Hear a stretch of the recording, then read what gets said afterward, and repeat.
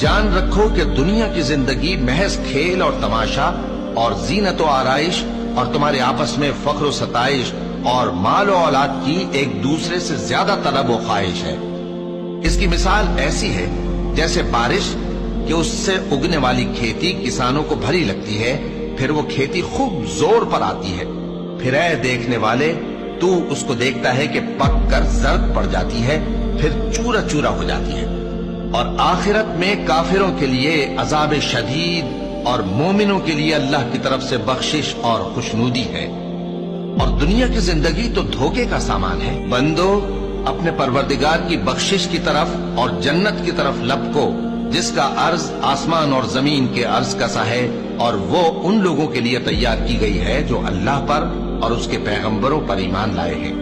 ये अल्लाह का फजल है, जिसे चाहे अता फरमाए, और अल्लाह बड़े फजल का मालिक है।